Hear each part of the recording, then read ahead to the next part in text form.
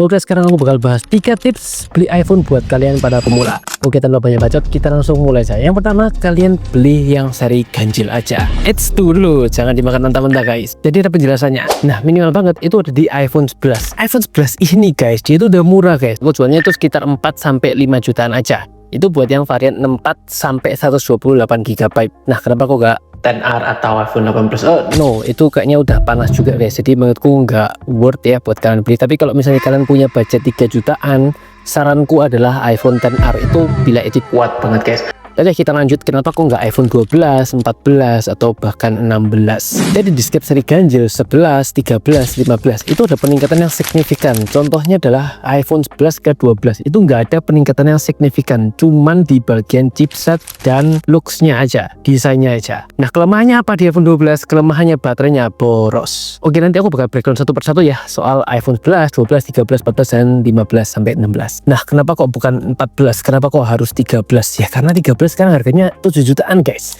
7 jutaan kalian bisa dapat 13 guys. Sedangkan 7 jutaan itu di setahun 2 tahun lalu kalian bisa dapat 128 guys. Gila. Sekarang iPhone 13 sudah nggak ada harga dirinya lagi guys. Dan antara iPhone 13 dan 14 itu nggak ada perbedaan yang signifikan banget ya. Memang kalau secara baterai iPhone 14 lebih bagus ya, dan secara fokusnya iPhone 14 dia itu lebih bokeh. Cuman nggak ada perbedaan yang signifikan. Nah, kalau kita ngomongin iPhone 15 atau 16 bagus mana?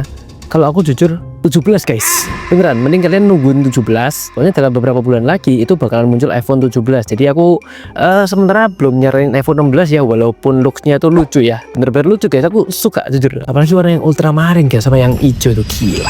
Oke, yang kedua kalian beli storage yang paling kecil guys. Wait, tunggu, ini ada penjelasannya lagi guys. Jadi kalau misalnya kalian beli di iPhone 11 ada yang varian 64 GB, tapi sebenarnya aku minimal banget adalah 128. Nah, untuk iPhone 11 karena kalian pemula itu kan ada 64 GB, atau bahkan mungkin kalian mau beli iPhone 12.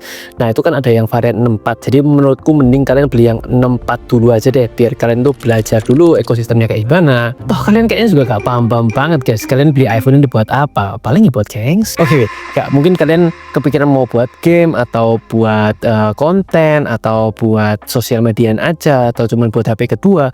Nah, itu kan kalian juga nggak paham nih.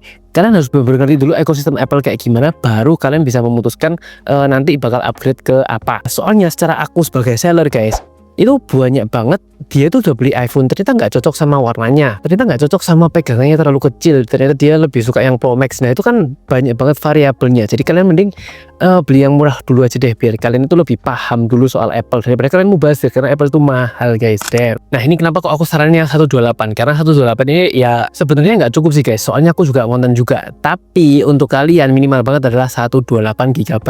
Nah, kenapa kok aku nggak saranin kalian beli iPhone dengan storage 256, 512, atau bahkan 1 tera? Karena untuk kalian pemula itu harganya terlalu mahal guys. Contoh iPhone 15 dengan kapasitas 128 GB itu harga barunya di iBox 11.750. Sedangkan yang 256 itu di 14.250. Nah, yang 512 itu di 18 juta guys. Ya lumayan sih. Kalau misalnya kalian udah ngerti ekosistemnya, kalian udah ngerti kebutuhannya, itu boleh aja kalian pakai yang seri-seri 512 GB atau bahkan 1 tera pun itu nggak masalah. Tapi buat kalian pemula mending kalian yang 128 GB aja guys. Oke, yang terakhir guys, ini yang paling sering dibahas guys, baterai health. Kita flashback dari pemakaian aku yang dulu. Aku harus hemat sehemat-hemat mungkin baterai healthnya biar nggak turun guys. No. Kalian nggak perlu pedulin soal baterai health, beneran. Ini aku udah pakai sekitar 2,5 tahun atau mungkin ke 3 tahun ini, aku lupa juga. 11 Pro Max itu aku pakai 6 bulan ya, karena aku mulai jualan iPhone ya, jadi aku harus ngerti juga ekosistemnya kayak gimana. Aku pakai 6 bulan dengan kondisi aku main game, dengan kondisi aku juga COD-an, dengan kondisi aku throated lah. Itu anehnya 6 bulan aku pakai cuman turun 1%. Ya itu lumayan aneh sih, tapi ya setelah berjalannya waktu aku pakai semua seri iPhone, ya rata-rata mungkin 2 bulan 3 bulan itu 1% ya. Dengan pemakaian yang cukup boros ya, jadi sekitar 1 sampai 2 kali ngecas per hari, bahkan 3 kali. Nah, kalau baterai healthnya cepet turun itu sebenarnya banyak banget faktornya, mulai dari pemakaian kalian yang memang boros, ada juga bug iOS. Nah, itu variabelnya sebenarnya banyak juga guys. Jadi saranku daripada kalian pusing nih baterai healthku kok cepet turun. Jadi saranku mending kalian pakai iPhone itu sesuai dengan kebutuhan kalian. Gak usah penting-pentingin baterai health lah. Mungkin ini saranku buat iPhone 13 ke atas ya. Kalau misalnya iPhone 13 ke bawah itu kan secondnya ya ada beberapa yang udah gantian ya. Jadi kalian harus ngecek ekstra dia itu baterai health suntikan atau baterai gantian. Nah itu bisa dicek juga. Nanti mungkin aku jelasin ya cara ngecek iPhone bekas guys.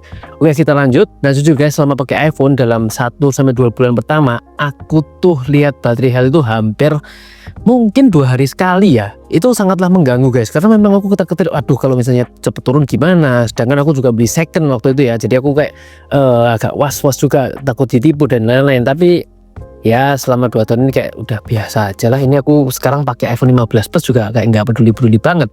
Yang penting aku bisa konten, aku bisa pakai ini buat kerja dan cuan. Oke, di next konten aku bakal lebih breakdown lagi tentang dunia per Applean ya, dari sisi aku sebagai penjual dan dari sisi aku sebagai pengguna guys. Jadi kayaknya bakal lebih menarik ya buat dibahas. Oke, ciao.